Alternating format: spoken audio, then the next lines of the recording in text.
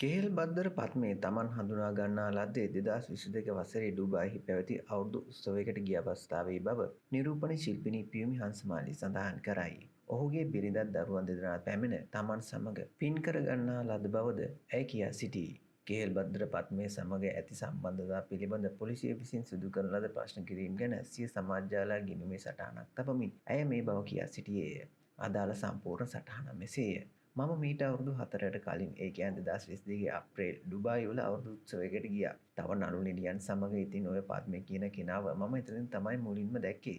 ඔහුගේ බිරිඳ දරුවන් දෙදෙනාත් සමග ඇවිල්ලා මාත් සමග පින්තූර ගත්තා. ඒ අවස්ථාවේ ඔහු පැවසුවේ ඔහුටත් සුදු වෙන්න ලස්සන වෙන්න ඕනේ යනුවෙන්. ඉතින් පියුමි ස්කින් ඔහුට ඕනේ. මම කිව්වා අරගෙන ගාන්න කියලා. මං හිතන්නේ පොර අරන් ගාලා ෂුවර් එකට ඒක තමයි ලස්සන ඔච්චර. CID එකේ මහත්තුරු මගෙන් විමසුවේ. ඔහු සමග මුදල් ගන්නතොර ඇතිද යන්න. නෙව එව මට එකෙක්වත් කුඩු සල්ලි නීති විරෝධී සල්ලි කළු සල්ලි මට අවශ්‍ය නැහැ. මම යකඩ ගැහණිය. තනියම නැගිට මට පියුමි ස්කින් ප්‍රයිවට් ලිමිටඩ් එක තියෙනවා. ඉතින් පාතාල එක්කෙනෙක්ගේ සල්ලි මට එපා යකෝ. ඕවා අරන් නිකන් වෙඩි කාලා මැරලා යන්න මට බෑ. මම ඕවට පට්ට බයයි. ප්‍රොමිස් පියුමි ස්කින් ගාලා සුදු වෙන්න ලස්සන වෙන්න ඕනෑම කෙනෙකුට පුළුවන් කියලා මම හැමදාම කියනවා.